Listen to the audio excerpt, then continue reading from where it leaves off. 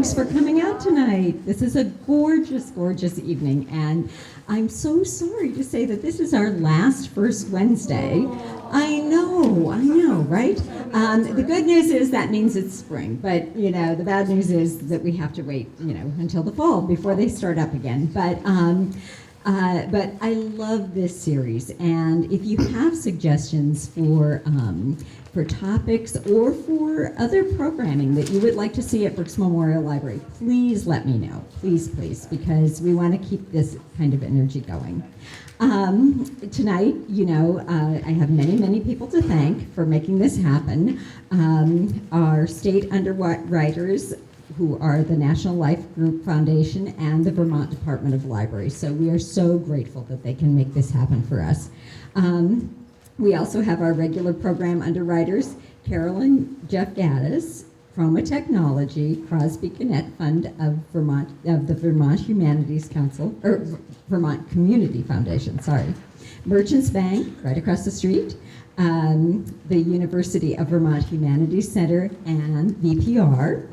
And then our special library underwriters are the Brattleboro Camera Club, yay, and the Brattleboro Savings and Loan, also just across the street, Down Racklin Martin P. LLC, the Richards Group, and World Learning. Now, somebody asked me, how do I get to have my name on that list of people?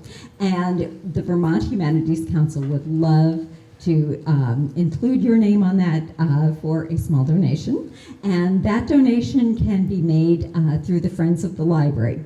And the Friends of the Library are really our local sponsors. They are the ones that that give us the support and the funding to make this happen. And so you know who that is. That's you guys. So you guys that are the Friends of the Library that donate to the library are really, really what makes this happen every month throughout the fall, winter, and spring.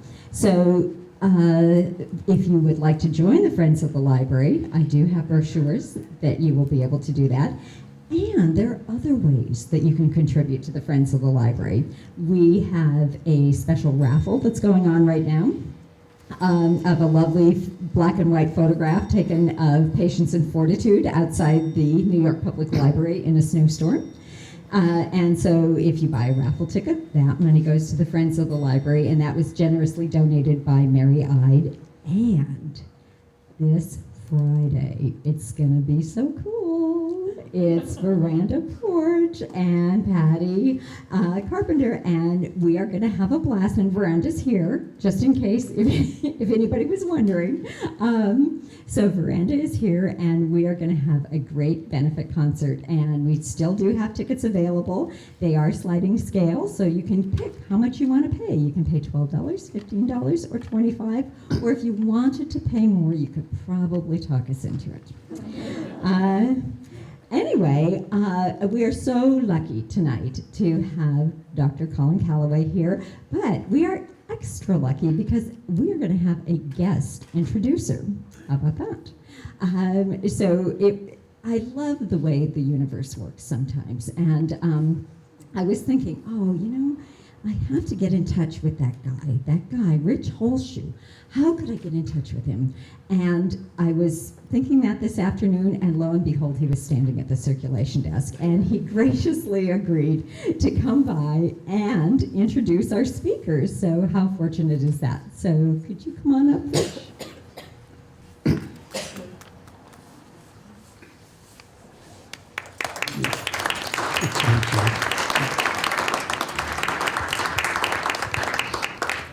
Kitsiuliuni Alakus. Thank you, Star. And Louise Litz, Tainda Iwantastakaku Tsisokwakik. My name is Rich and I live here. I live here. There. Start at the beginning? Yeah.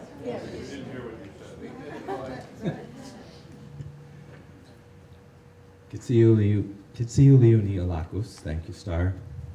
And Louise Litz, Tainda Iwantastakaku Tsisokwakik. My name is Rich and I live here. I serve on the Vermont Commission on Native American Affairs, and I work with the contemporary Abenaki community. This gentleman over here is someone that we appreciate very much for the work that he has done, bringing the Western Abenaki out of obscurity and disregard, and back into recognition and a degree of respect, and on the path that they are moving forward nowadays. Thank you, Dr. Calloway. You're one of my heroes. So it's pretty cool that he's here tonight. So Star asked me to introduce him. Star, would you like me to read? You can do whatever you like. I'll read the written bio here that this gentleman comes with. This is the flyleaf of his sleeve. Colin Calloway was born in England and received his BA and his PhD degrees from the University of Leeds. He's taught at the College of Ripon, Yeah. and York St. John in England, at Springfield High School here in Vermont, and at the University of Wyoming. He's also served as editor, assistant director of the Darcy McNichol Center for the History of the American Indian at the Newberry Library in Chicago. He joined the faculty of Dartmouth College, just up the Quannetuk, in 1995, and served 4 consecutive 3-year terms as chair of the Native American Studies program. He is now the John Kimball Jr. 1943 Professor of History and Professor of Native American Studies.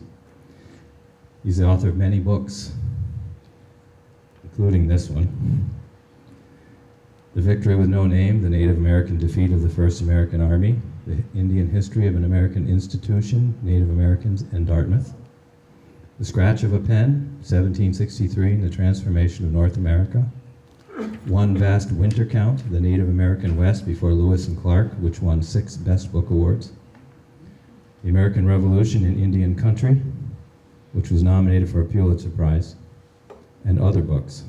His next book will be The Indian World of George Washington, First Americans, the First President, and the Birth of a Nation. That's the topic he'll be speaking on tonight. Colin has been given awards by the Missisquoi Nation of Abenaki and the Native American students at Dartmouth. He was selected for the American Indian History Lifetime Achievement Award in 2011 and awarded an honorary doctorate by the University of Lucerne, Switzerland in 2014.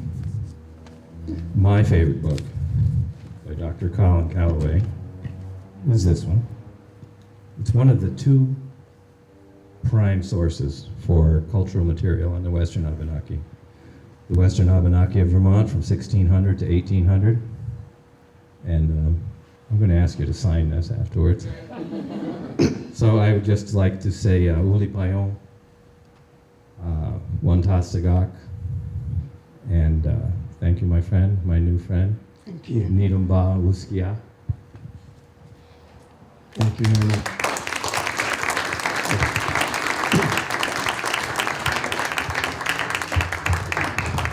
Thank you very much, Rich. It's really nice to be back in Brattleboro. My wife is from Bellows Falls, so when I first came to this country in the early 1980s, couldn't get a job. We lived with my in-laws. And if you live in Bellows Falls, a day out in Brattleboro is kind of a wild time. You know, and every time somebody mentions that book was nominated for a Pulitzer Prize, I have to tell this story. It's like a Pavlov response. I called my wife up, Miss Bellows Falls, right? Called my wife up from work. I said, hey, I've been nominated for a Pulitzer Prize. You? You gotta be kidding. So, historians can get real swell-headed. We need to be, kept in that place. Let me tell you what I'm up to with this latest project, which I'm actually just putting the finishing touches to it, and it should be published about this time next year. And it's going to be a book of about 700 pages. So it was worth coming tonight because you get a sneak preview and you won't have to read 700 pages. So that's a good thing. But I've been working in Native American history pretty much all of my life. And like a lot of us who do this kind of thing, one of the challenges that we have is to get Native Americans into United States history, into a history that's usually told without Native Americans. Maybe it's a European perspective, but American history never makes much sense to me without Native Americans. In fact, American history without Native Americans is mythology. It never happened. It was that.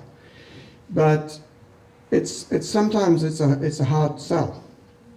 And so my thinking in this book was that you take the most famous life, perhaps the most famous figure, iconic figure in American history, George Washington, and demonstrate that Native Americans were an essential part of his life, both in terms of his encounters with Native people and how Native people and the actions they took shaped his world and shaped the sequence of events that governed his life and also determined the birth of the Republic. And that would serve as a vehicle to get Indians into American history, if you like. This is a life-size sculpture at the Museum of the American Indian in Washington. And it represents an incident during the American Revolution when Oneida Indians, part of the Six Nations of the Iroquois, Mohawks, Oneidas, Onondagas, Cayugas, Senecas, Tuscaroras, carried corn to Washington's starving army at Valley Forge. So this is an Oneida chief, Shenandoah, and an Oneida woman by the name of Polly Cooper. And that's a big deal for Oneida people because it commemorates their role in the American Revolution, which was to support and fight on the side of the United States, whereas most Indian peoples sided with us. It didn't do them much good. They lost their land after the revolution like everybody else. But again, it's one of those stories that rarely features in our history. And what I think you find is that if you slice American history anywhere, you'll find Native Americans. And if you slice the life of George Washington, you find Native Americans in lots of different places. So my purpose in doing this, you might think, okay, British guy doing Indian history, right? As somebody down at Mount Vernon said to me, you're not going to say anything mean about the general, are you? I'm British, I do Indian history, what do you expect? It's actually not. It's not to debunk Washington at all, but rather to use Washington as a way of getting a better understanding of the role of Native Americans in his life and in the founding and the birth of this nation, if you like. So you all recognize this. When I was down at Mount Vernon in the fall on a fellowship, my argument was that I'd spent a quarter of a century or so working in a Native American studies program, whereas one of my Native colleagues says, we have Indians on the brain. I said, I want to finish writing this book in a place where people have George Washington on the brain. And boy, do they ever. And this was kind of looking at me all of the time. It's famous. It's a Manuel Lutz painting, actually a German painter, of Washington crossing the Delaware, right? Which means he's facing east. Right? And most of the events that Washington is known for, most of the events in Washington's life that get attention, doing this, defeating the British at Yorktown, they're on the East Coast. But Washington also faces east throughout, I would say, faces west throughout his whole life. He's almost obsessed with the West.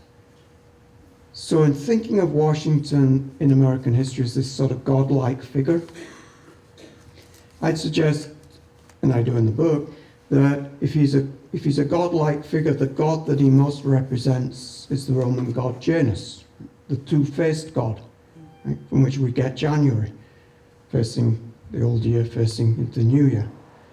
Not two-faced in the pejorative modern sense of the term, but rather as that god of transitions, right, from the past to the future. Washington presides over the transition in America from colonial to republic to national. And he's also two-faced in the sense that he's looking east, and he's also all the time looking west.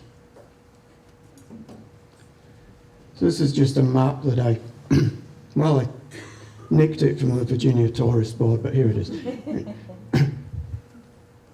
Virginia faced west. No state, no colony was more aggressively expansionist than Virginia, because Virginia had a royal charter that actually gave it, granted it land. I mean, it's a mythology, right? They're just moving land around. That basically says Virginia has everything, actually, to the Western Sea. Nobody knew where the hell the Western Sea was, but it was a lot. So it included West Virginia, Kentucky, the Ohio Valley, etc. In fact, Virginia makes a treaty with the Iroquois at Lancaster in 1744, where there's a built-in misunderstanding. The Iroquois think that they're ceding land as far west as kind of the Blue Ridge Mountains, maybe the Appalachians. Right? But as the treaty's written, it gives Virginia a claim to all of this territory. And so the world into which Washington is born and in which he thrives is a world that I think in many ways represents two facets of American history that we don't pay enough attention to. And that is that this is a society and then a nation built on, in many ways, African labor and Indian land. Right? I mean, those are tough things to incorporate into our rather celebratory view of United States history. But I think it's important to think of that. That Washington lived in a world surrounded by black people. The Mount Vernon has a new exhibit on slavery at Mount Vernon. And there's the Washington family, half a dozen people, a few white employees, and then 317 slaves, doing everything for them from dawn to dusk. But it's also a world and a society that looks constantly to the West. So when I was thinking about doing this, I read a lot of biographies of George Washington. I read as many as I was going to say as many as I could. I actually read as many as I could stand, because after a while they get a bit repetitive, even if they're great. But all of them, I noticed, most of them said very little about Native Americans. They mentioned Washington and Native Americans in the Ohio Valley in the 7 Years' War. They mentioned Indian wars against the Iroquois and then in the northwest Ohio. But then I realized if I went through those books and every time they used the term Western land, you crossed out Western and wrote Indian, right, which is actually what we're talking about, then the whole biography was about Indians, because Washington lived his life with at least one eye on Indian country, because Indian country was the source of land and was the source of wealth. It was a source of personal wealth for people of Washington's time and place, and then it was, of course, the source of national expansion and national wealth. And this map gives you an idea of Washington's land holdings. By the time Washington died, he owned about 45,000 acres of lands in the West. His will, which I've actually seen the real deal, it's a long will, about 29 pages of that consists of going through his land holdings and making provisions for how they're to be distributed. He begins his career as a kid, basically as a teenager, as a surveyor. And surveying in Virginia was a lucrative profession. It was also quite a respectable profession because so many landed gentry wanted you to employ you to find them the best lands. Indian people took a rather different view of it. Indian people regarded a surveyor's equipment and a compass and things like that as a harbinger of massive land loss, and were quite hostile about those kinds of things.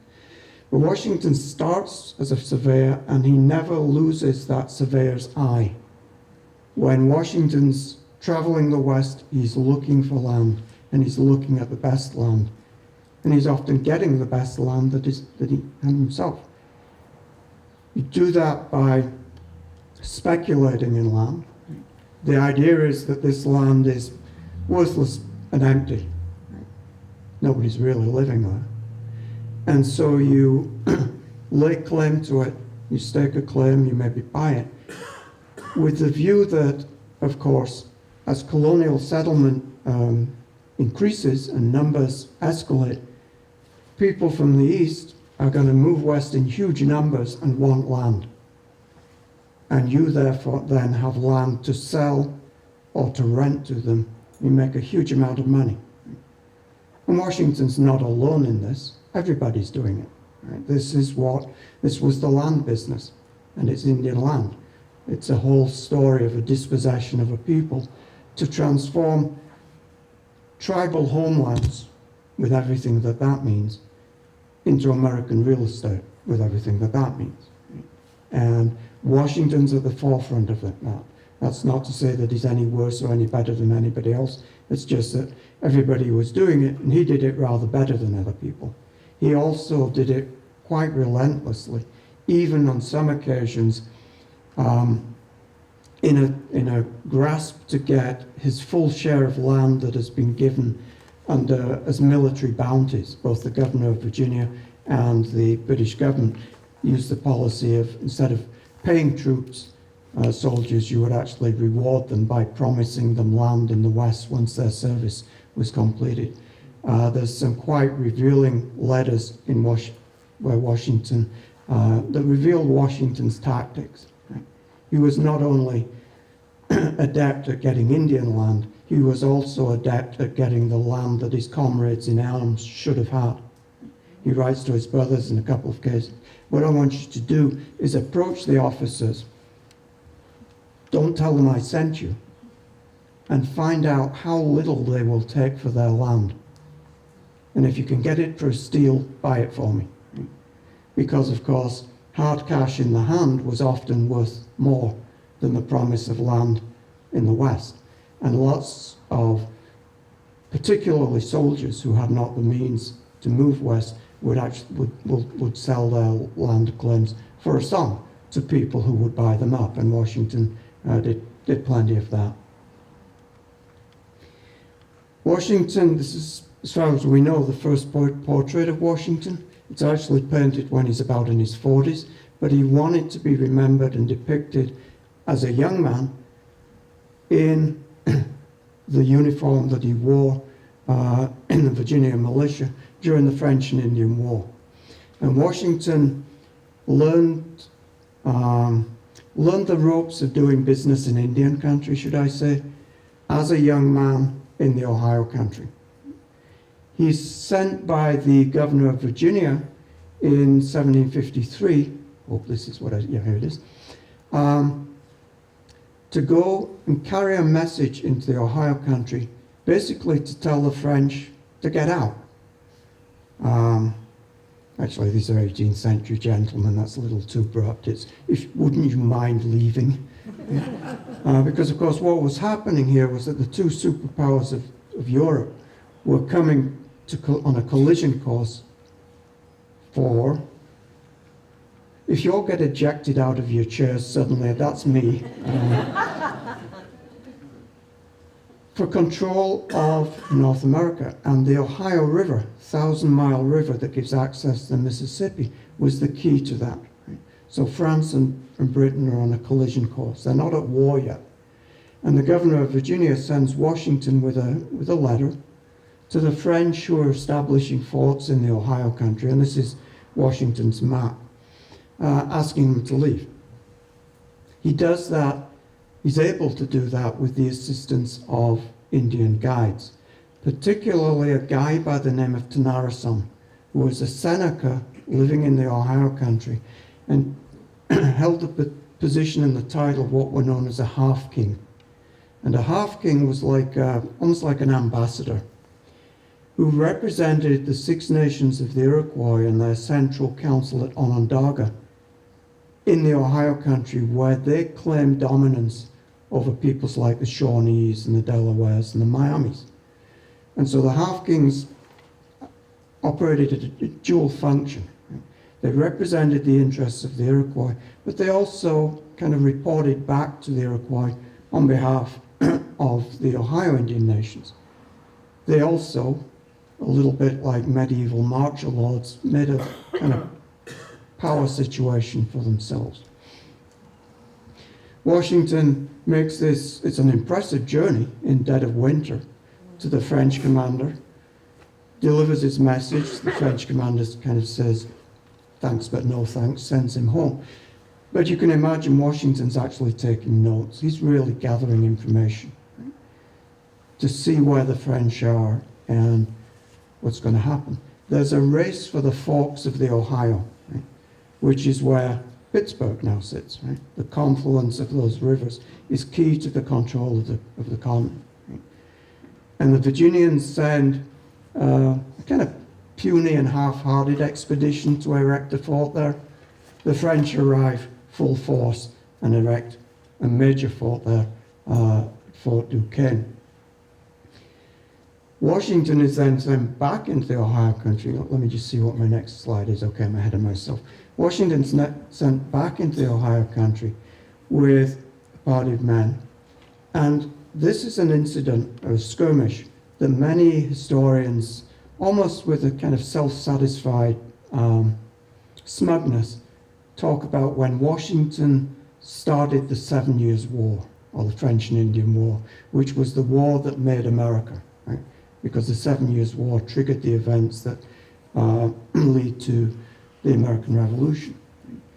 And it's almost as if this young, precocious officer showed those French guys a thing or two. Right? And some of the biographers will actually say that as a young man, he's like, 20, in his early 20s, already showed those qualities of true leadership and greatness that were going to qualify him to become the father of his country. Right? Well, I've read through his journals, I've read through the French correspondence, I've read through all of this correspondence on this episode, and it's escaping me, right? Because Washington, in this instance, is totally out of his element. The person who orchestrates this series of events is not George Washington, it's this guy Tennyson, who wants to foment a war between Britain and France because the French are becoming too powerful in the Ohio country. Indian people conceive and implement their own foreign policies, which make sense. They always make sense if you look at them from the perspective of the people making them, and not from the perspective of the British or the French or the Americans. Right? The British attempt to understand Native American foreign policies is to say those people are fickle. We don't know what they're doing. But if you look at what Indian nations do from their own perspective, and just say, okay, what makes most sense from their self-interest, it makes perfect sense. So what Indians in the Ohio country are trying to do is play off the British and the French. And so if the French are getting too powerful, you want to bring the English in to counteract that power. And the English weren't actually stepping up to the plate. They were too busy fighting themselves. Virginia wanted to, but it lacked the resources. Pennsylvania had a Quaker assembly, wasn't going to foot the bill. And there's colonial division. For Tennyson, it's imperative to get the English involved, to be able to maintain that playoff system and to preserve his own influence and power, which diminishes if the French come in and become the dominant force in the Ohio country. So what happens is Washington's arriving in the country with a force of Virginians. Tennyson keeps sending him messages. The French are coming, the French are coming, the French are coming. There's a party of French on the way to attack you. Washington hurries ahead with a group of soldiers. They meet Tennyson, and off they go to find the French. And they find them at a place now called Jumonville Glen, named after the French officer Ensign Jumonville, who dies there. There's a skirmish in which Jumonville and 10 or a dozen French men are killed. Washington, who normally talks at great length about his military encounters, in his letter to the governor of Virginia, covers this in about a sentence. He then, in one day, sends the governor of Virginia 2 letters, both saying the same thing. When the French prisoners get there, they're going to tell you that they weren't coming to attack me, that they were actually on a peaceful mission, carrying the same kind of summons to withdraw that I'd taken to the French. This was a diplomatic mission. Washington says, don't believe them. They were spies. And then in case the governor doesn't get it, he writes another letter saying the same thing. He thinks he protests too much. This was not, these countries are not at war. Right? The French are doing the same thing that Washington was. So what happened? Well, Washington would later give the impression that he was in command of the situation. Right? We opened fire. Whether the French were awake when they opened fire, we don't know. But we do know what happened from other people who gave longer testimony, soldiers who were there, and soldiers who heard what happened from soldiers who were there, Indians, actually, who explained what happened. And what happened was that Washington and the Virginians opened fire on the French broke and ran, and when they broke and ran, Tennyson and the Iroquois, the Indians, were waiting for them. Tomahawked them, right? Which would explain the mortality rate. Right? If you're shooting people downhill with an 18th century musket, right, you're not going to kill 10 and wound 1. Right? You're going to miss 10 and maybe, if you're lucky, hit 1. Right? But at close quarters, Indian warriors wielding tomahawks do deadly work. Jumonville, wounded, holds up a piece of paper and starts to say, this is a peaceful mission. What are you doing? We're coming on peace. Right? Tennyson speaks French. Washington, not so much. Tennyson walks up to him and says in French, thou art not dead yet, my father, sinks his tomahawk into his head and washes his hands in his brains. Right? The effect, what's happening with Washington, right? This is his first command. Events have spiraled out of his control. He's attacked a diplomatic emissary of a country with whom Britain and Virginia is not yet at war. And he's probably traumatized by what he's seen. This is not mindless, savage violence. This is a deliberate, public rejection of the French alliance. Right? Tennyson said, we are no longer having anything to do with the French, with our French father. Right? He's speaking to a young officer who's probably not much older than Washington, a little bit older than Washington. Tennyson's in his 50s. Right? Why is he calling him father? That's the ritual language used for the French governor. Thou art not dead. The alliance is not yet dead. Now it is, right? And he then sends scalps and hatchets to the Delawares and the Shawnees, saying, we're going to war. Washington is his pawn. Right? This is Tennyson's plan. Right? Washington is completely out of his depth, as I would think anybody would be, right?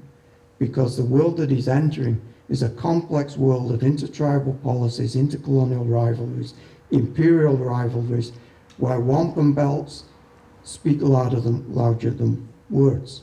Right? He's a kid learning how to do this. His, what I think can only be called his incompetence as a commander, as an officer in the Ohio country.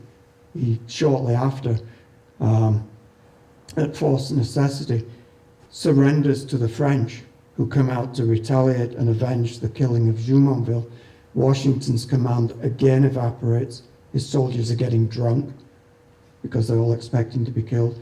Washington surrenders. and he signs a surrender document in French in the rain at night by candlelight, and it's pouring rain, and that surrender document contains his acknowledgement, his admission that he murdered Jumonville. Right? This is a huge propaganda advantage from the French, and they immediately use that propaganda in Europe, and people in London are saying, who is this clown who's done this? This is a huge embarrassment. And it's partly because of that that the British dispatched to America the largest army they've ever sent under General Edward Braddock, whose job it is to lead an army into the Ohio country, to go to the forks of the Ohio, capture the French fort, destroy it, and drive the French out of the Ohio country. Washington joins that expedition and shows great courage on that expedition, not least in just getting there. Right? He has dysentery. He's in incredible pain. His hemorrhoids are driving him nuts. He rides to catch up with the expedition on horseback. Most of the time he's in the back of a wagon. When he's on horseback, he's riding on cushions, right, to present the pain. Right? And this expedition is an incredible feat of military engineering. They hack their way through the forests across the Allegheny Mountains, making a road to the fort. They cross the Monongahela River where they expect an ambush. No ambush happens, and they're within sight of grasping the fort. And then they are ambushed, or at least run into, a force of French and Indians. Right? And the British soldiers do what they're trained to do. Right? They form squares to meet the enemy with barrages fire. Right? And the Indians do what they're trained to do. They go for the wood, go for the trees, right, and pick off the redcoats. Right? And they pick off the officers first. So Braddock is killed, and the officers are picked off one by one, which means that those confused soldiers, most of them Irish soldiers from garrison regiments in Ireland, first actual campaign, and certainly the first trip in North America, they're already confused, terrified, and now this additional confusion, it becomes a rout. Washington shows tremendous personal courage in that. He's one of the few officers who's not killed. He has horses shot from under him. There are later Native American accounts, or accounts attributed to Native Americans, where warriors in the battle say, yes, we remember Washington. We fired our guns at him, but it was as if the bullets went around him. Right? John Joseph Matthews, who's an Osage tribal historian, looked at the Osage, had an account of that, and he looked at it. 20th century mumbo, right? It's a later tradition. And of course, Washington's role in this battle gets exaggerated. Here he is directing the artillery. Here he is on his now white Charger, his Braddock, I guess it's all over for him, but it's all kind of neat and tiny. Right? This was carnage and mayhem. Right? The British army was destroyed, hundreds of soldiers were killed, it became a rout. But the British get their act together. William Pitt takes over as Prime Minister, invests far more troops and money into America. The British Navy secures command of the Atlantic, which cuts off the French supply routes to Canada. No more troops, no more reinforcements, no supplies for the essential purpose of gifts to Indians. Right? Why would they need to give gifts to Indians? Because giving gifts and receiving gifts is a fundamental aspect of Native American diplomacy. Right? You can't have an alliance without it. When you give and receive a gift, you set up a relationship, right? Obligations. You give a gift, you show your generosity, you show your concern for the person. When you receive that gift, right, that ties you to that person. Right? And giving and receiving gifts was essential. Without it, you would be regarded as speaking only from the mouth, not from the heart. And by 1759, 1760, the war's essentially over. For Washington, it's over in 1758. After Braddock's expedition, he realizes he's not going to get a commission as a regular British officer. So he resigns his command, kind of in a snip. Right? But he's married Martha, and he's going to go back and develop his plantation. The British not only win this war in America, they win this war all over the world. 1759 is what the British call the Annus Mirabilis. It was this year of victories, year of miracles. They're victorious in India, North America, the West Indies, on the Atlantic, Africa, everywhere. At the end of the war, France is humiliated and defeated and gives up its North American empire. West of the Mississippi goes to Spain to keep it in the hands of the British. Everything east of the Mississippi, Canada to Florida, goes to the British. And the British immediately forget the lessons that the French had learned. They occupy French forts like Fort Duquesne, which they now rename Fort Pitt, which becomes Pittsburgh, named after William Pitt. American redcoat garrisons move in. Okay? Remember, the Ohio Indians did not want to kick out the French and simply replace them with the British. Right? They don't want any European power occupying their land. They're happy to trade with everybody. They don't want the soldiers of anybody. Right? The British go in, take over the forts, and at the end of the war, the Brits are bankrupt. Right? They've won this huge empire. They don't know what the hell to do with it, and they don't have any money. This is the most expensive war they've ever fought for 8 years.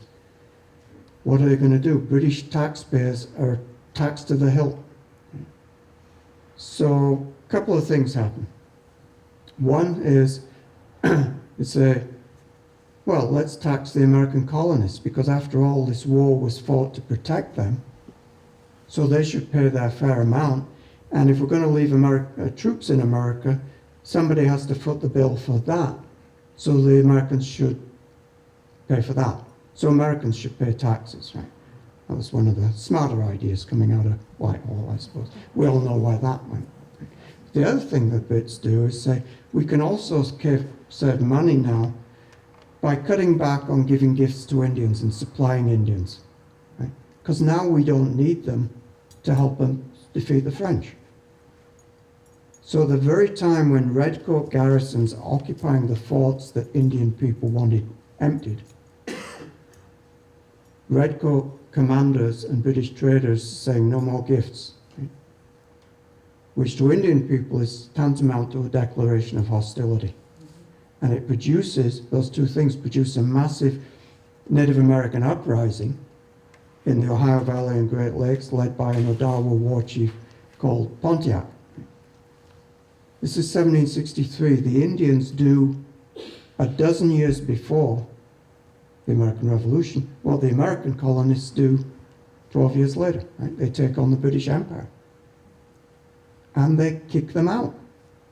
They destroy all but 4 of the British forts west of the Appalachian Mountains.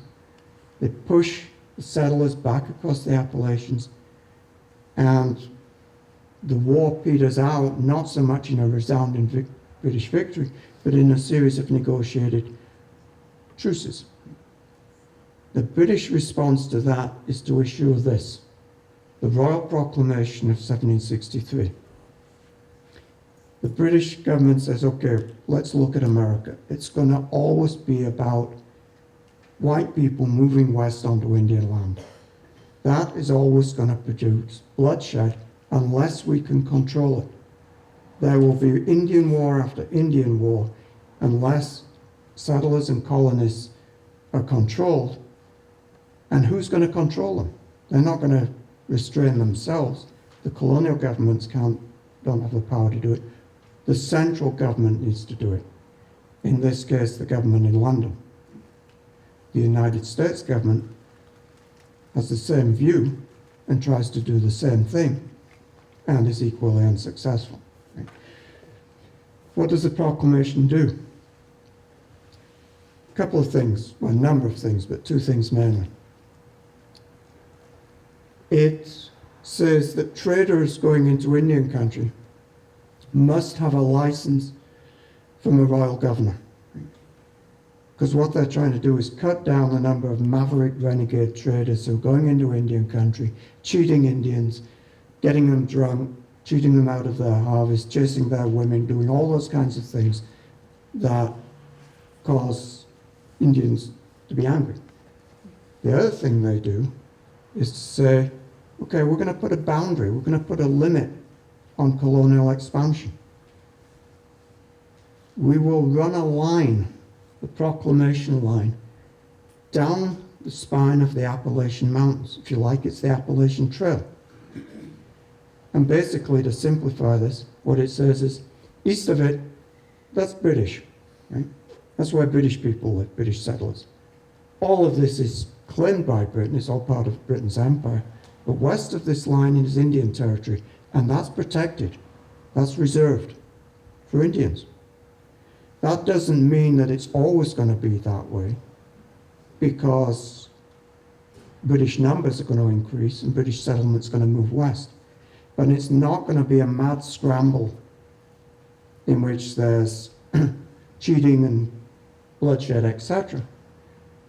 What will happen is the only time that Indian land will be sold will be by the designated representatives of the tribes meeting in full and public treaty council with the agents and the representatives of His Majesty.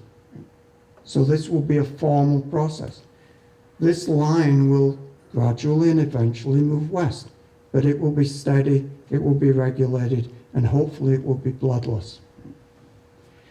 Now, Indian people are kind of not fooled, you know, but they know that this at least represents a degree of protection. Who's this going to affect, right? So if you're a Scots-Irish pioneer, right, living on, you know, North Carolina, you think, oh, the British government said I can't cross the mountains. Better not do that. Yeah, right. You left home to get away from the British government. You paid no attention to their laws back then. Now you're 3,000 miles away, you're going to pay attention to it? No. You're just going to ignore that. You go and squat on Indian lands and take your chances. Now, occasionally, the British Army will move in and burn your cabins and send you back across the line, and so you wait until they've left and you go back and do it again. The British Army doesn't have the resources or the manpower or the willpower to do that. So that doesn't really have that much effect. Who's it going to affect? Right? The people it really affects are people with names like George Washington, Patrick Henry, Thomas Jefferson, Benjamin Franklin, the Lee family of Virginia. Why? Because these are guys who have for years been investing, speculating in Western lands, on the assumption and in the expectation that once the French are defeated, this will be open to British settlement, and they will clean up. And now the British Empire, the British government, the very people who Washington fought for, thinking of himself as a British subject, have now slammed the door. So what was once a French and Indian barrier now seems to have been replaced by a British Indian barrier. And it's at this time that a lot of those guys start to think seriously about their place in the British Empire, and wouldn't maybe independence be a good thing? All of our history books talk about the taxation piece of it. Very few of them talk about this piece of it. This is major. This is huge. This alienates people who up until that time had thought of themselves as elite members of British colonial society. And so there's a direct line from those events which would not have happened without Indians following through on their consistent policies of trying to keep the Ohio country as Indian country and taking on the British Empire and producing this proclamation, you wouldn't have got that chain of effects that lead to the American Revolution. Now, the American Revolution, of course, was a war about independence. It was also a war about Indian land. And for Indian people, it was a war about their land, but it was also a war about independence, their independence from the people who wanted their land. The American Revolution was in large part a fight about who was going to get access to Indian land. That's why a lot of people like Washington went there in the first place, right? Risked everything, because Western land was going to be the key to their fortune, especially when tobacco wasn't doing so well. In the Revolution, Iroquois, this is a famous Mohawk chief by the name of Joseph Brown. Iroquois people and most Indians side with the British. Right? They do that not because they have any particular love of King George. Right? They do that because they see what's happening and that in this struggle for the continent that's taking place, right? What was once a struggle between Britain and France is now a struggle between Britain and the Americans. It's their lands that are at stake. Americans have demonstrated nothing but land hunger. There's a reason why Indian people use the term big knives for the Virginians, right? And then extend it to all Americans. The British, well, they tried, right? They'd at least demonstrated some capacity to try and protect Indian land. So it makes sense for Indian people to side with the British for the most part. And Washington, during the Revolution, sends an expedition into Iroquois country because Iroquois raids on the frontiers of New York and Pennsylvania, particularly, are so devastating, right, that they are diverting energy and resources away from the struggle in the West. Washington sends an army, actually 3 armies, but an expedition under command of General John Sullivan, who is he's actually a bad-tempered New Hampshire attorney from Durham before the war. But with a specific instructions: burn them out, go through Iroquois country, destroy every town, burn their crops, cut down their orchards. This is a scorched earth policy. The word he uses is extirpate, and that's George Washington's word. The equivalent today would be commit genocide. Extirpate, wipe them from the face of the earth. Right? Sullivan does that. Goes to Iroquois country. As he advances, Iroquois people retreat. By his own estimation, Sullivan burns 40 Iroquois towns, destroys 160 bushels of corn. At some of the Iroquois towns, the army, this is an army of 3,000 to 4,000 men, stop and spend days doing nothing but destroying food. Okay? And the officers on that expedition realize they're making history and they keep journals. So there's accounts by officers in this expedition. They're amazed at what they see. Indian people whom they think of as savages are living in log houses with glass windows, wooden floors, stone chimneys, sometimes with chandeliers. And the plunder that they get is impressive. Right? If you think about it, Indian people are getting the products of the Industrial Revolution in Europe perhaps more readily than American farmers in the Mohawk Valley, right? Because these guys are busy in the fur trade. Right? There's great demand for beaver pelts in Europe, and so they're actually getting more things than other people. Their material standard of living is as high or better than most of the American neighbors. And American militiamen during the American Revolution know this. It's one of the reasons why they sign up to go and raid Indian country in the expectation of plunder.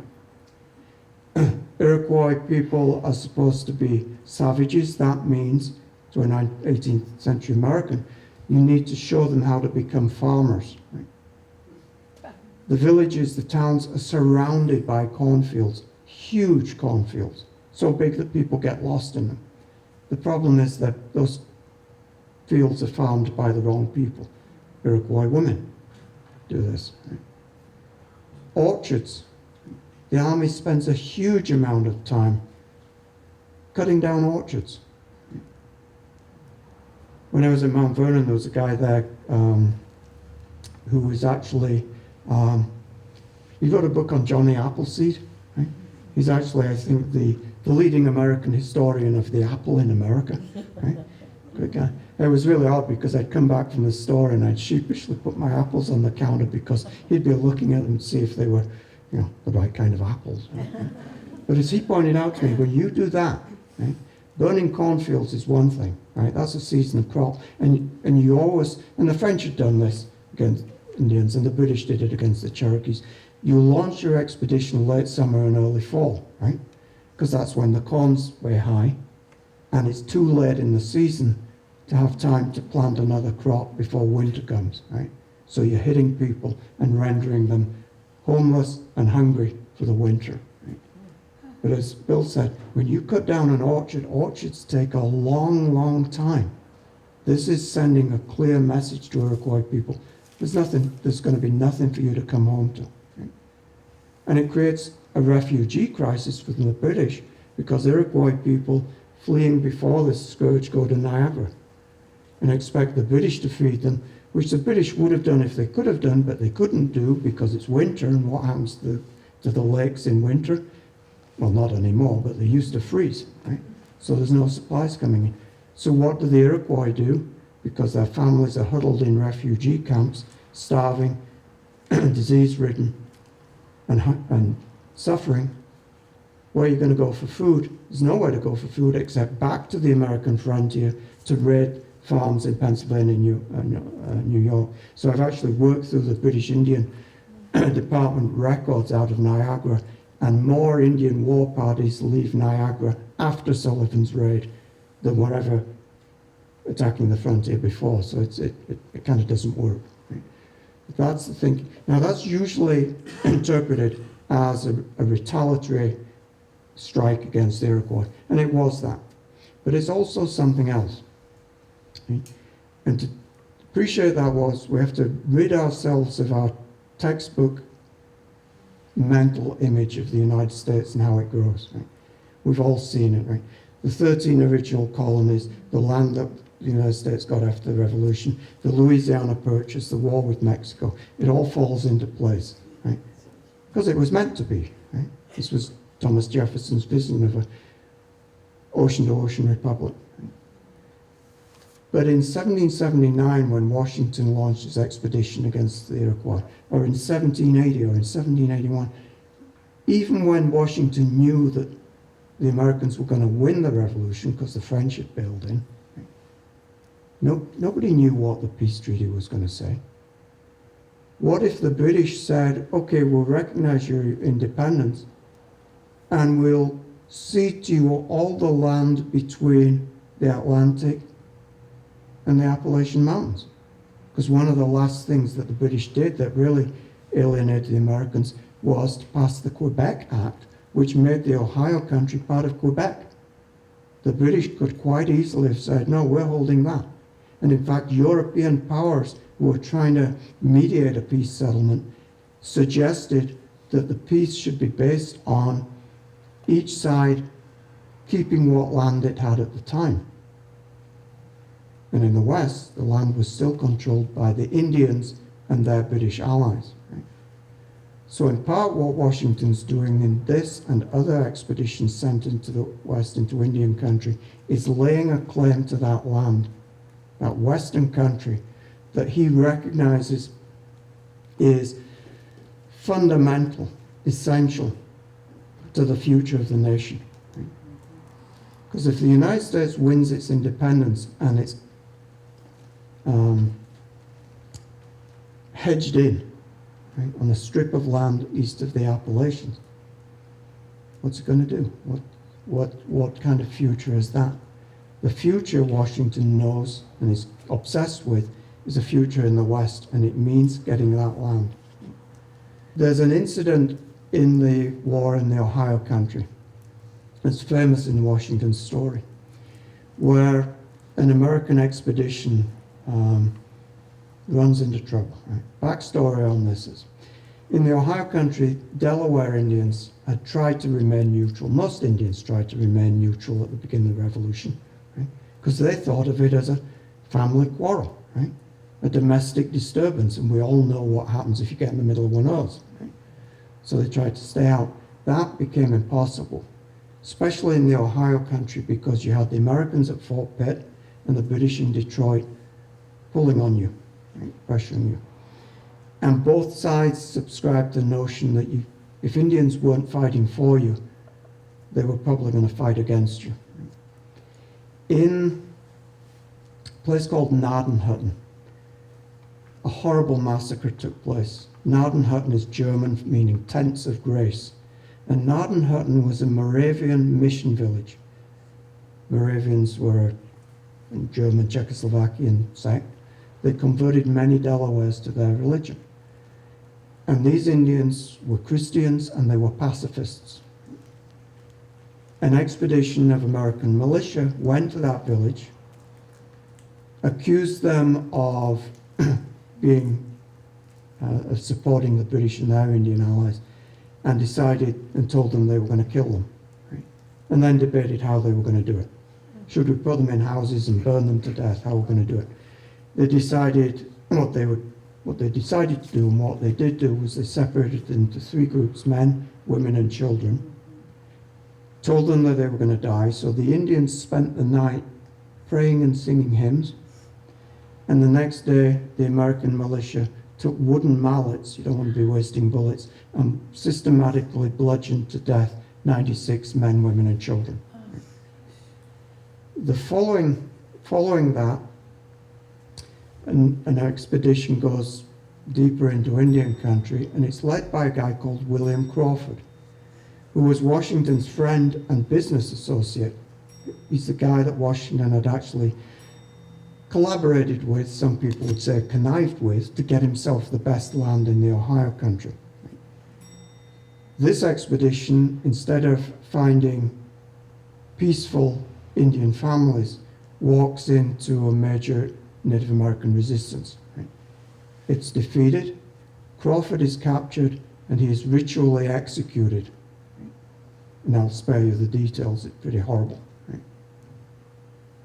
It's often said that, and it got a lot of attention, because this was George Washington's friend. And it seemed like he was just the wrong man in the wrong place, right?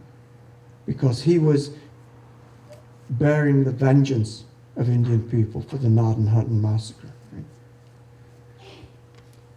In Delaware society,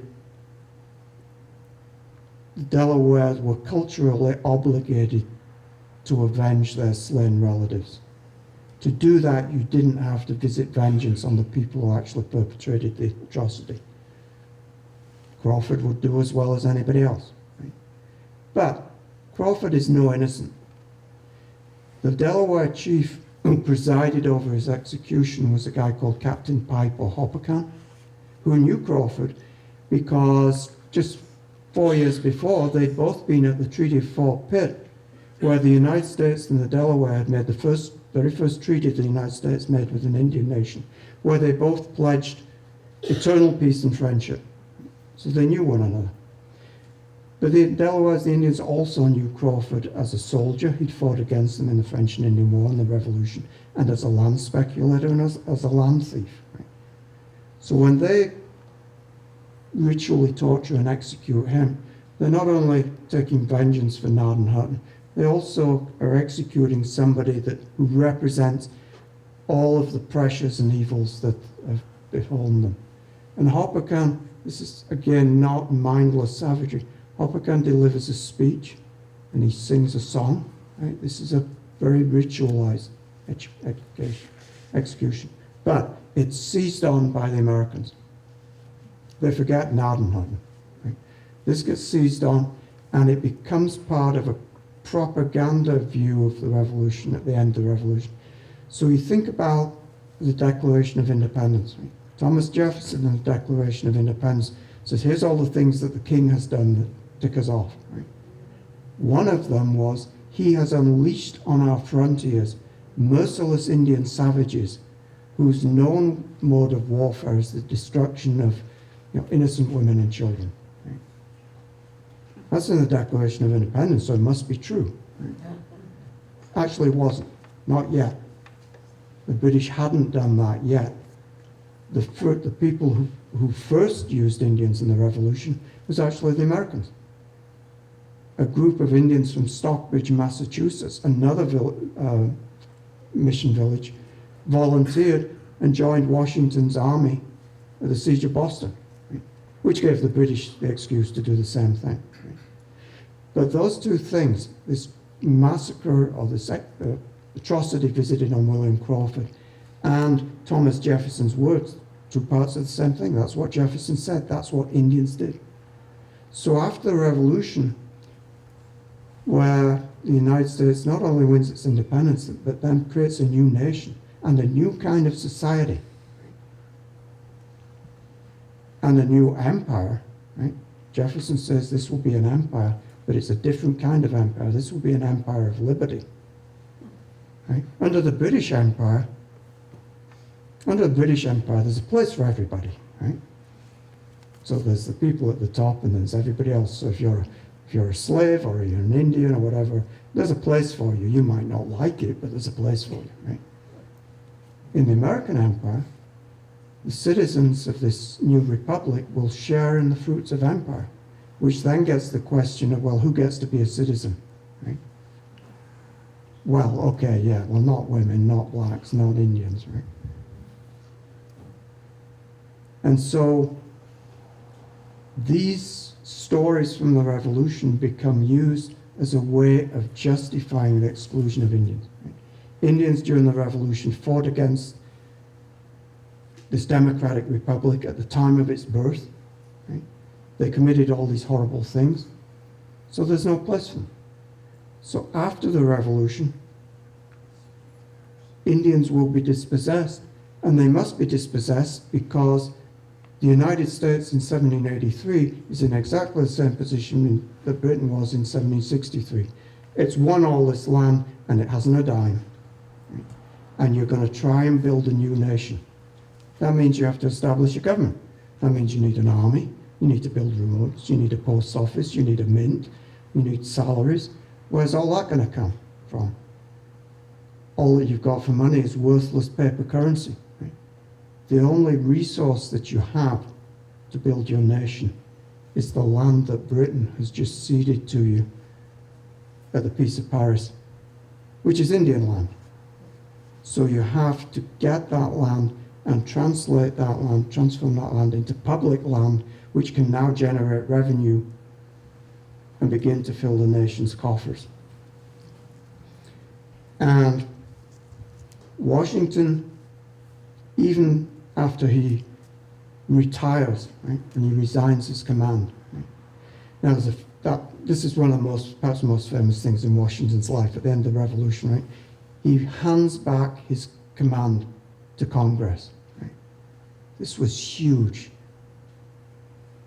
Even Thomas Jefferson said, this is amazing. Thomas Jefferson was not always a friend of Washington. And from then, that day to this, people said, this is a mark of greatness. Because unlike other revolutions, unlike what Napoleon pulled off, unlike what happened in other times and places, Washington resisted the temptation to seize power. Right? Handed back his sword and went back to Mount Vernon. Right? Having spent the fall at Mount Vernon, that's not a mystery at all. I don't blame him for a minute. Right? Who would want to be president if you could hang out in Washington's piazza? Right? But he does. But here's an interesting thing. Indian people at that time would not have thought that remarkable in the least, I think. In Eastern Woodland society, great simplification, war chiefs, civil chiefs. War chiefs are younger guys who lead war parties. Civil chiefs used to be war chiefs, but they've gotten smarter. And now they're the men who lead by wisdom and example, etc. So a war chief has authority when he leaves the village and he goes out on the war trail. When he comes back, and there's rituals associated with that leaving and with that re-entering, because you don't bring blood and thoughts of blood back to the community. But when they come back, what do? They hand back authority to the civil chiefs. So it's a great thing, but Indian people were already doing it. But Washington, even in retirement, is thinking about the West.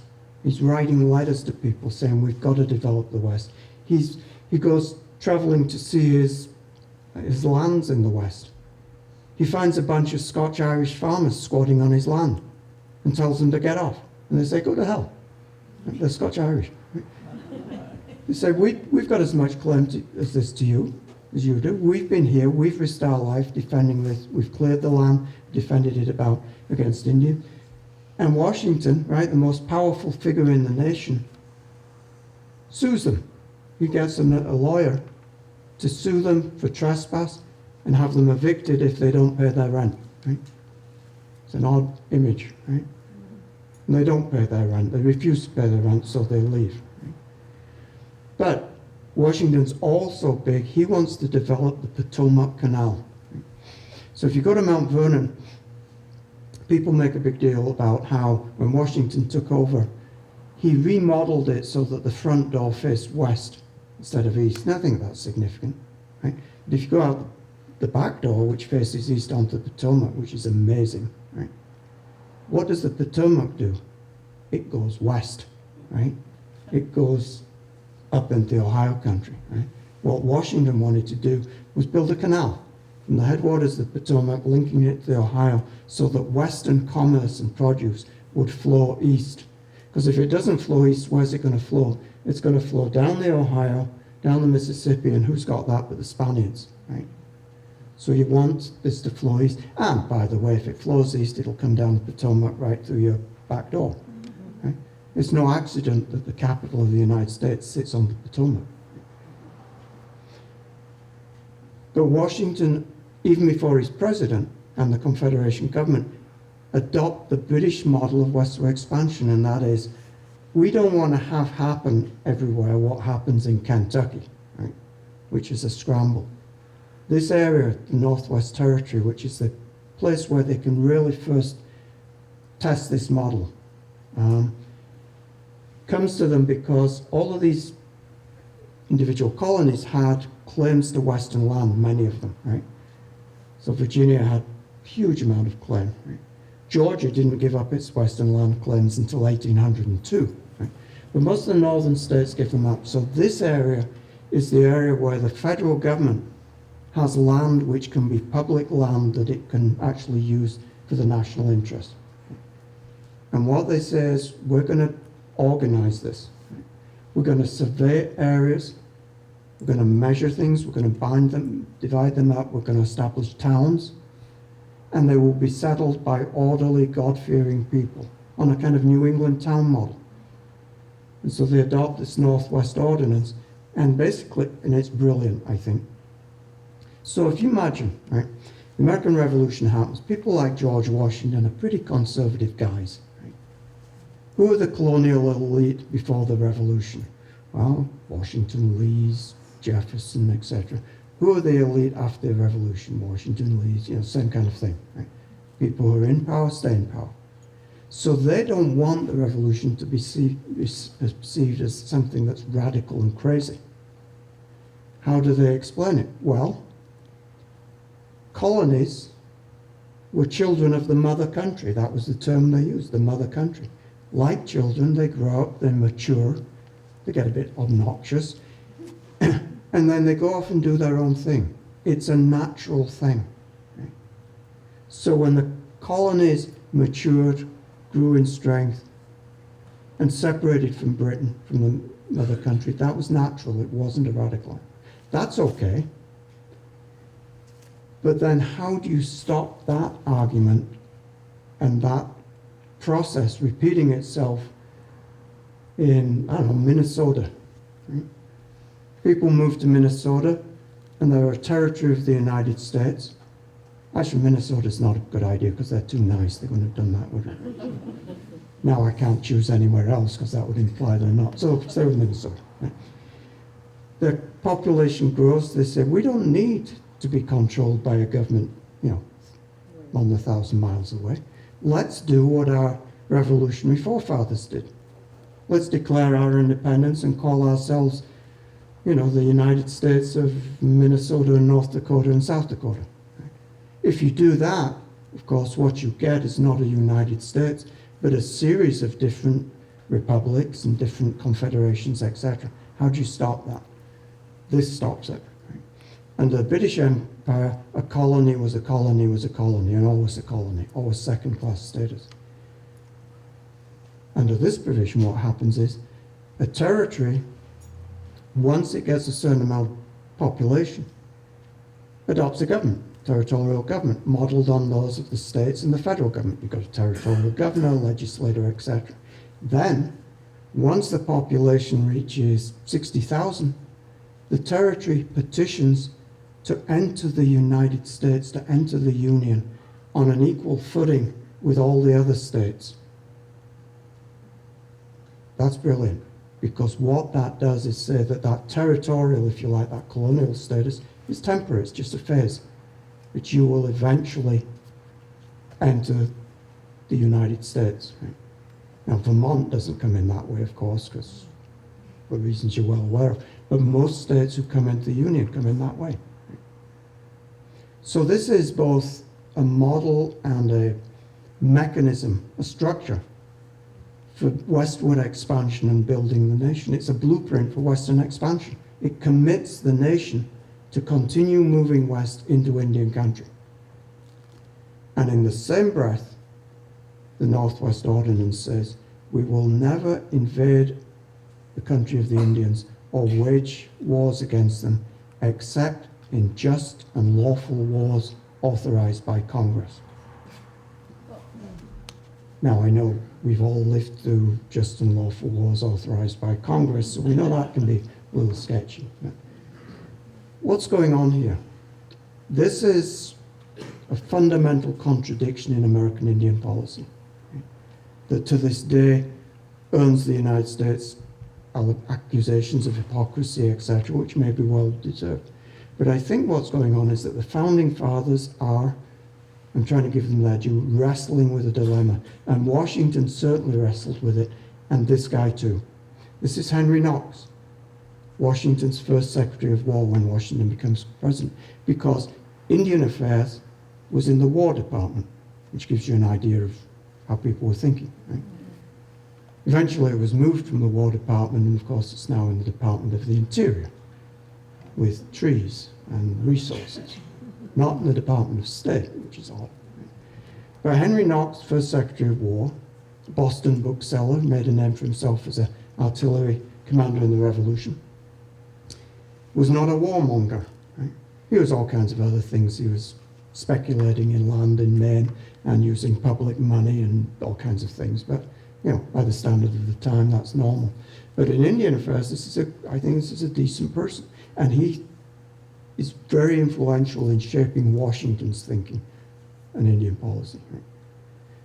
And this is it. And I think it's quite simple. There is no question that the United States will take Indian land. We have to. We have no choice. We're like a shark moving forward. Without it, we're nothing. We will take Indian land. The question is, how will we do it? You can do it by war, by force of arms. Right? Maybe, we'll see. But, says Knox, first of all, that's expensive. Second of all, it's risky. And Washington really agrees with him on this, we don't look good, and I don't mean to trivialize that. Washington was concerned about how his new nation, this democracy, looked to the rest of the world, and he's concerned about posterity. He is aware that as first president, he establishes precedent. And he knew how to spell both those words. And he agrees with us entirely. Right? We should not commit war against Indian people. Washington hoped that it could be a natural process. And what he said was that, so as our numbers increase and move west, the game on which Indian people depend will diminish, and their land will be yet less valuable to them, and they will be glad to sell it as we are to buy it. That was a little optimistic. But what they actually did do was develop what I think of as a Plan A, Plan B policy. Plan A, we want to do the right thing. We want to behave with justice and fairness to Indian people. So we will offer them peace. And that will mean we will offer them a fair purchase price for their land. And hopefully that will do it. The problem arises when the Indians say thanks, but no thanks. Because you still have to take the land. So Indian people who refuse to sell their land, who refuse to accept the hand of peace, will be viewed as recalcitrant savages and must be, again, Washington's word, extirpated. So it's a Plan A, Plan B kind of operation. And that's kind of how it works for a while. I want to show you this. The first treaty that the United States makes with anybody after the Constitution is at the Treaty of New York in 1790. And this is a treaty that Washington wanted desperately with the Creek Indians in Georgia, because Georgia was encroaching on Creek land, and the Creeks, who were a confederacy of maybe 50, 60 autonomous towns scattered from Georgia to certainly to Alabama and down to Florida, were a power. Henry Knox said, it's bad enough if we go to war with Indians north of the Ohio. If we go south of the Ohio, we're in trouble. Because Knox said, the Creeks can raise 5,000 gunmen. The United States Army at the time was, I forget, but it's less than 100. No, it's 500, I'm sorry. It's 500. There's a bunch of guys at Fort Pitt, some at the Federal Arsenal in Springfield, but that's about it, right? So you don't want to be going to war with the Creeks, especially because could also involve you in a war with Spain. Washington wants to get a treaty with the Creeks. He sends emissaries to Creek country to meet, especially with a Creek chief by the name of Alexander McGillivray, who was probably a relative, right? He's primarily Scots. But in Creek society, you inherit your clan and therefore your tribal membership through the maternal line. So it doesn't matter how many Scottish grandfathers and fathers you've got, you're Creek, if you're a member of the Wind clan, as McGillivray was. And he was a pretty astute guy, playing off Spain against the United States, playing off Georgia against Spain, playing off different factions within in Creek country. And he refused to make peace. Washington courted him, sent emissaries, please come to New York. And he did, and it was like a state visit. McGillivray and 26 Creeks came up the East Coast. They were feted and dined at every major city along the way and were received at New York. It was like, I guess it would be like if Prince William and Kate arrived. Right? Same kind of thing. Crowds turned out. This was a huge deal. This was a state visit. This is not McGillivray. This is actually a Creek chief by the name of, a rival Creek chief by the name of Hopothlomeko. But the artist John Trumbull did a series of sketches of these guys when they were in New York. Right? And this treaty agreed on the boundaries between Georgia and Creek country. Right? The public treaty does. Right? There's also a secret treaty whereby the United States, Washington and Knox, agree that Alexander McGillivray will get $12,000 a year and a commission in the United States Army and will have a monopoly over the Creek US trade. But this was a big deal, and George Washington made a huge deal of this treaty. They had a public ceremony in Federal Hall. And a woman who was there and kept a diary said that the Creeks came in singing their ritual song, and then a hush plate fell on the place as George Washington was to arrive and sign the treaty. And Washington had a real sense of the dramatic, so he's playing this, right? But this is what struck me. And he came in wearing a suit of purple. George? In purple, I mean, it sounds like Prince, wearing one glove and a purple suit or something. But he was aware of this, the occasion, and that was a huge deal. Now, the reason I want to talk about this is to give an indication of how I'm looking at, yeah, I'm watching it too, is an indication of how a lot of these things play out in unexpected ways. This is Washington's first treaty as president. The Constitution says the president can make treaties, but those treaties have to be ratified by a 2/3 vote of the Senate. And Washington says, and that will apply to Indian treaties as well as to treaties with France, and it does. And once those treaties are ratified, they become the supreme law of the land. Right? As the Treaty of Fort Laramie in 1868 became the supreme law of the land, and that is the treaty that protesters in North Dakota at Standing Rock today are saying you're breaking your own laws. But Washington says, so I've got to consult with the Senate. It says with the advice and consult of the Senate. So he sends the Senate a message and saying, before I send these emissaries to Creek Country, I'm going to come and talk to you. And he and Knox turn up in the Senate, chaos ensues. Because John Adams, the vice president, is the president of the Senate. What does the president of the Senate do when the president of the United States arrives? So there's this awkward shuffling where Adams gives him his chair, and then Washington hands Knox a series of things that he wants to read, and Knox reads them, and then nobody can hear them because of the noise of the street, carts going down the cobbled street, and so they have to close the shutters and start over again. And Washington clearly expects that, the Senate will say, yes, look, sounds good, George, go for it. And what happens is they start debating about it, and then somebody says, well, I think we need time to think about this, so we need to form a committee and have all the papers. It's like the Dartmouth faculty meeting. It starts off in chaos and goes downhill from that. Washington says, this defeats the whole purpose of my being here, and storms out of the Senate in a huff, and no American president since has gone back, right? Which is important because it's a measure in the American president being able to initiate foreign policy and then telling the Senate rather than consulting with the Senate beforehand.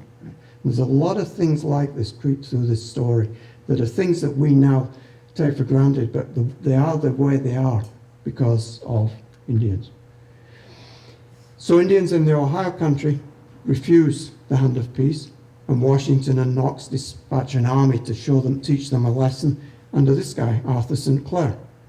And what happens is a repetition of what happened to Braddock. The Indians of the Ohio country, led by this guy Little Turtle, a Miami war chief, totally destroy the American army, the first American army. At the time of the battle, it's about 1,400, 900 casualties, more than 600 officers and men killed, hundreds of wounded. What's significant about this, it's not only the destruction of an army, it's the destruction of the only army the United States has. The country is less than 2 years old, right? A few years old. Britain in the north, Spain in the south, powerful Indian nations are all threatening it, and it is now totally defenseless. Thomas Jefferson says, when the news arrived in Philadelphia, people were talking about nothing else. And Rich mentioned that I wrote a little book on this. The reason I wrote a book on it, not because I'm a military kind of guy, but because it baffled me. How many books do we have on the Battle of the Little Bighorn? The so-called greatest Indian victory. This was the greatest Indian victory, and nobody's heard of it. right? Imagine if Obama had lost an army, right? We'd never hear the end of it. Right? This was huge.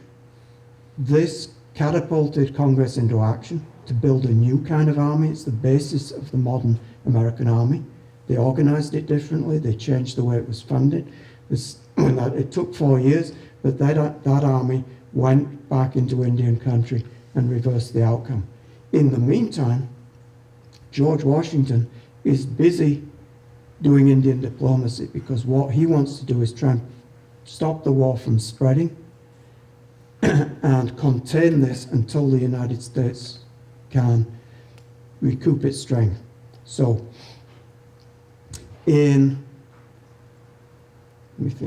February 4th, 1793, Washington has dinner with Indians at his official home in Philadelphia. That's an afternoon dinner. They're a big deal. It was a Monday. A week later, February the 11th, Washington has dinner with another delegation of Indians. This goes on steadily. Not in the summer of 1793, because there's a massive outbreak of yellow fever in Philadelphia and everybody who can leaves. But it picks up. And in the month of November 1796, according to John Adams in his diary, he says the president last week had dinner with 4 different delegations of Indians on 4 different days. Right? He's a busy guy. He's not doing this because he likes Indians, I don't think. Well, I know he doesn't. He's doing this because he recognizes that Indians are powerful still, that they have the ability to stifle this nation before it gets going, and that their land is essential to the growth of this nation, and that land is best obtained through peaceful means rather than military means. So these are not just dinners where Indians come and sit at George's table. These are dinners in which the President of the United States meets Indians on an equal footing and conducts business their way. So they exchange wampum belts. He smokes the calumet pipe. They give and receive gifts. Now, the image of George Washington, stiff and aloof, right, that he cultivated, smoking with Indians, sitting around having dinner with Indians, is one that, as far as I can see, is nowhere in our national iconography. Right? But I think history has forgotten what George Washington knew, that in 1790s, Indian power was still important in this country, and that Indian nations still had a huge role to play, and if the United States was going to make it, it needed Indian allies, not Indian enemies. I'm going to fast forward a little bit. This is a George Washington peace medal, because how do you satisfy that apparent dilemma? Right? Taking Indian land, but treating them honorably. How can you have expansion and honor? Well, you make a good deal. Indians give you their land, and what do you give them in return? Civilization. Right? So here's George Washington. The Indian has laid down his tomahawk, and in the background is a guy plowing. Right? This is the future for Indian people. If you're in late 18th, early 19th century America, you believe, and Washington believed, that this is the only way for Indian people to survive the future. In the future, they must learn to live like Americans. There's Red Jacket wearing that peace medal. Okay. So this is a book.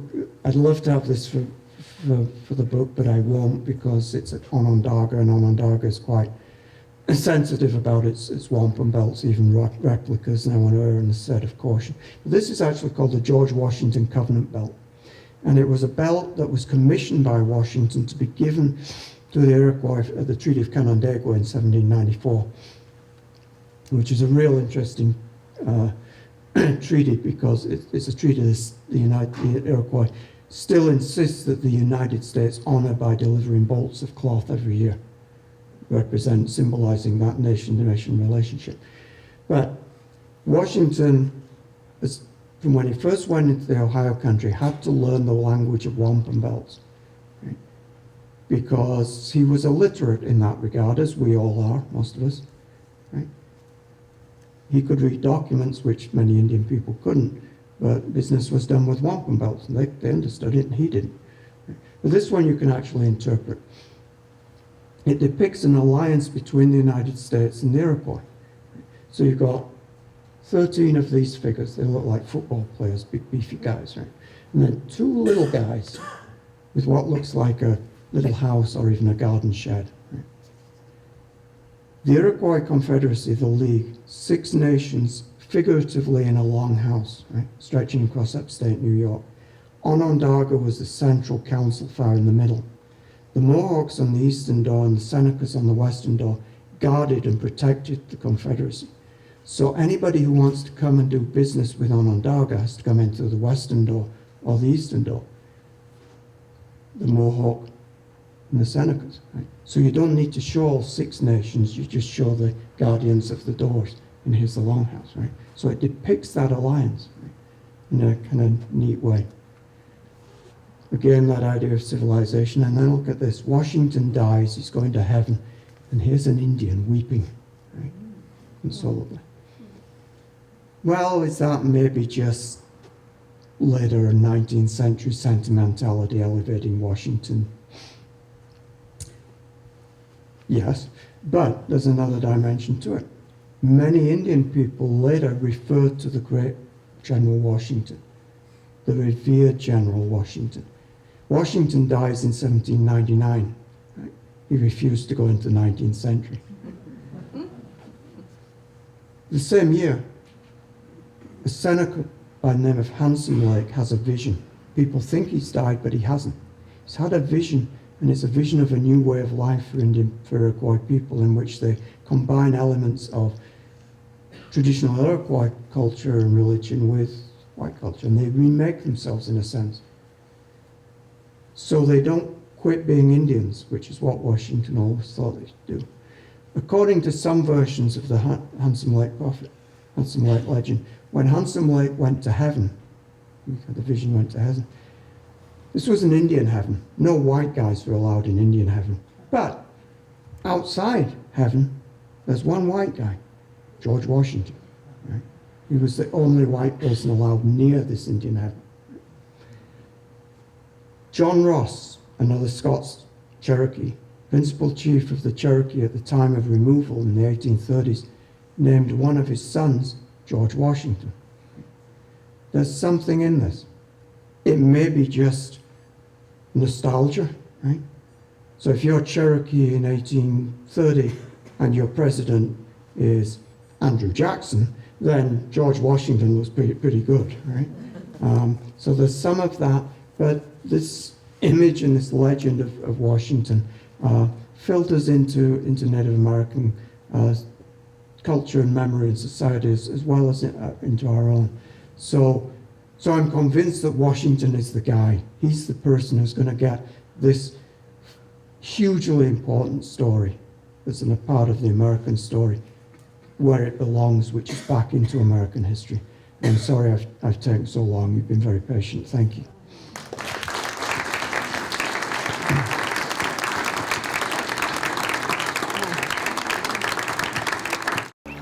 Mm.